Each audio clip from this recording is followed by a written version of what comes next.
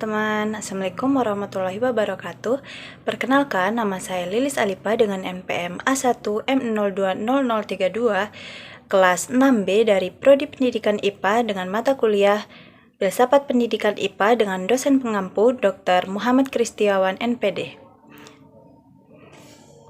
Pada video kali ini, adapun tujuan pembelajaran yang pertama yaitu untuk mengetahui pengertian penalaran, yang kedua yaitu untuk mengetahui prinsip penalaran, yang ketiga yaitu untuk mengetahui pengertian logika, yang keempat yaitu untuk mengetahui objek material dan objek formal logika, yang kelima yaitu untuk mengetahui tempat logika dalam ilmu pengetahuan, dan yang keenam yaitu untuk mengetahui sejarah logika, yang ketujuh yaitu untuk mengetahui logika tradisional dan logika modern, dan yang tujuan pembelajaran yang terakhir yaitu untuk mengetahui kegunaan logika.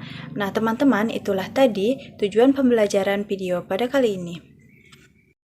Nah, adapun materi yang akan kita bahas pada video kali ini yaitu yang pertama, pengertian penalaran, yang kedua yaitu prinsip penalaran, yang ketiga kita akan membahas tentang pengertian logika, dan yang keempat kita akan membahas tentang objek material dan objek formal logika, dan yang kelima kita akan membahas tempat logika dalam ilmu pengetahuan, dan yang keenam yaitu kita akan membahas tentang sejarah logika, dan yang ketujuh kita akan membahas tentang logika tradisional dan sejarah modern, dan yang terakhir yaitu kita akan membahas tentang kegunaan logika.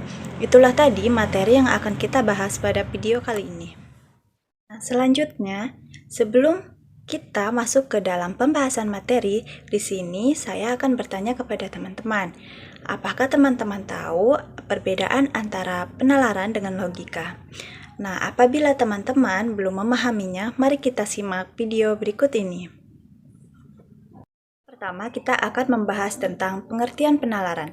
Penalaran merupakan suatu proses berpikir dalam menarik suatu kesimpulan yang berupa pengetahuan. Penalaran menghasilkan pengetahuan dikaitkan dengan kegiatan berpikir, dan bukan hanya dengan perasaan. Tidak semua kegiatan berpikir harus menyadarkan diri pada penalaran. Selanjutnya yaitu ada perasaan, merupakan kegiatan penarikan kesimpulan yang tidak didasarkan penalaran. Nah, di sini juga ada pengertian tentang intuisi. Intuisi adalah kegiatan berpikir non-analitis yang tidak berdasarkan pola tertentu. Untuk melakukan kegiatan penalaran analisis, maka kegiatan tersebut awalnya harus diisi dulu oleh sebuah materi pengetahuan yang benar. Nah, pengetahuan yang digunakan dalam penalaran biasanya berdasarkan rasio atau fakta. Itulah tadi pengertian tentang penalaran. Nah, teman-teman, ternyata di sini terdapat dua penalaran. Yang pertama yaitu penalaran rasionalisme. Penalaran rasionalisme adalah aliran yang berpendapat bahwa rasio adalah sumber kebenaran. Rasionalis memakai cara penalaran dengan deduktif. Penalaran yang kedua yaitu penalaran empirisme. Empirisme adalah paham yang menyatakan bahwa fakta terungkap lewat pengalaman manusia adalah sumber kebenaran. Nah, cara penalaran yang digunakan oleh paham empirisme adalah penalaran induktif. Itulah tadi kedua jenis penalaran.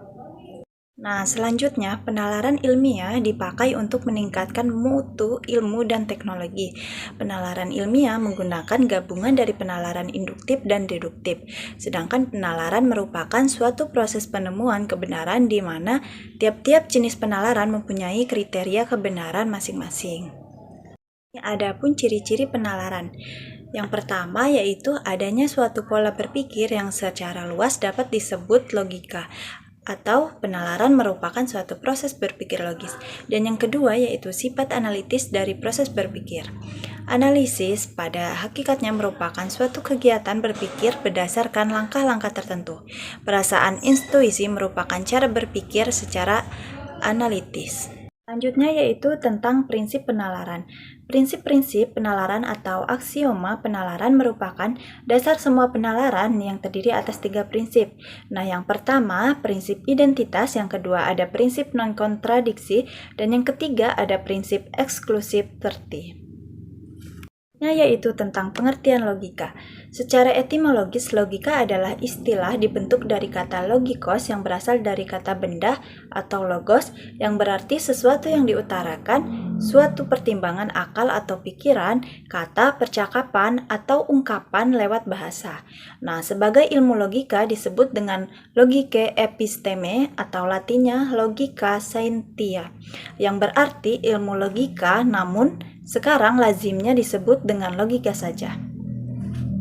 Definisi lain dari logika adalah ilmu yang mempersoalkan prinsip-prinsip dan aturan-aturan penalaran yang sahih atau valid. Dari beberapa definisi tersebut, Reper menyimpulkan bahwa logika adalah cabang filsafat yang mempelajari, menyusun, mengembangkan, membahas asas-asas, aturan-aturan formal, prosedur-prosedur, serta kriteria yang sahih bagi penalar dan penyimpulan demi mencapai kebenaran yang dapat dipertanggungjawabkan secara rasional. Materi selanjutnya yaitu tentang objek material dan objek formal logika. Objek material suatu ilmu ialah materi atau bidang atau lapangan penyelidikan ilmu yang bersangkutan, sedangkan objek formal adalah bagaimana objek material tersebut dipandang. Nah, beberapa ilmu pengetahuan dapat memiliki objek material yang sama, tetapi objek formalnya yang berbeda. Sesungguhnya objek material logika adalah manusia, dan sedangkan objek formalnya adalah kegiatan akal budi untuk melakukan penalaran yang lurus. Lebih tepatnya, dan teratur yang terlihat lewat ungkapan, pikiran yang mewujudkan dalam bahasa. Yaitu ada tempat logika dalam ilmu pendidikan. Yang pertama yaitu ilmu pengetahuan abstrak, terdiri dari metafisika, logika, dan matematika. Dan kedua yaitu ada ilmu pengetahuan alam, terdiri atas fisika, biologi, kimia, geologi, dan lain-lain. Yang ketiga yaitu ada ilmu pengetahuan humanis, terdiri atas psikologi, sosiologi, dan antropologi. Yaitu dilihat dari fungsi dan tujuannya, ilmu dapat dibagi menjadi dua bagian, yaitu yang pertama ilmu teoritis. Yang pertama itu pada ilmu teoritis terdapat deskriptif, yaitu ilmu-ilmu sejarah, sosiografi, etnografi, dan sebagainya. Dan yang kedua yaitu ada nomotesis, yaitu ilmu-ilmu kimia, ekonomi, sosiologi, dan sebagainya. Selanjutnya yaitu ada ilmu terapan. Nah, pada ilmu terapan ini terdiri dari normatif, yaitu ilmu-ilmu logika dan hukum serta sebagainya. Dan yang kedua yaitu ada positif, yaitu ilmu teknik, pertanian, psikiatri, dan sebagainya. Materi selanjutnya yaitu tentang sejarah logika.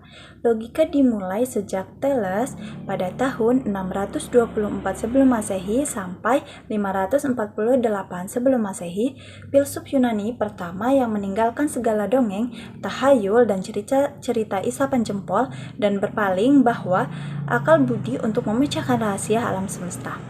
Thales mengatakan bahwa air adalah arke dalam bahasa Yunani, yang berarti prinsip atau asas utama dalam semesta.